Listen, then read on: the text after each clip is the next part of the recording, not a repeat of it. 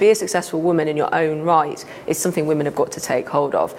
There will be things like the dominance penalty. If a woman displays the same characteristics as a man, which is trying to get ahead, she'll be accused of being bossy, annoying, feisty, fierce, all of this stuff.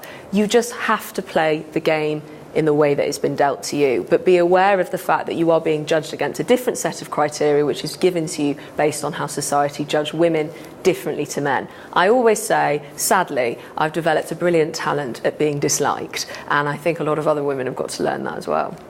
So if women are breaking into the world of technology, they will see it's still largely male.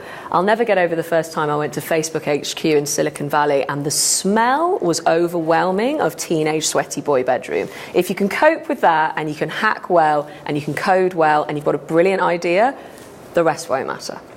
So the app I've most recently downloaded that I love the most is Waze. It's very clever because it figures out not just how to get somewhere, and often we know how the quickest way to get to our house, and we see people who've never used our roads before on Uber, taking very long, annoying routes.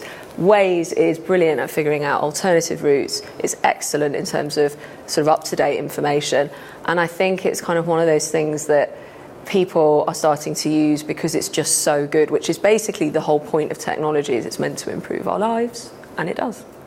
I was recently the Telegraph's women's editor, a columnist there, launched the women's section, and I've just left, and in September I'll be taking over the 5 Live morning show, which will be very exciting. So do tune in from September or earlier and join me for that. But I also regularly present Woman's Hour. I appear on Sky News' new debate show, The Pledge, where we hammer sort of the side out of each other, mainly me and Nick Ferrari, if you know who he is. We couldn't disagree more. And I do many other things. But it's a pleasure, as I say, to be here this evening. I love working with Speaker's Corner. They're excellent.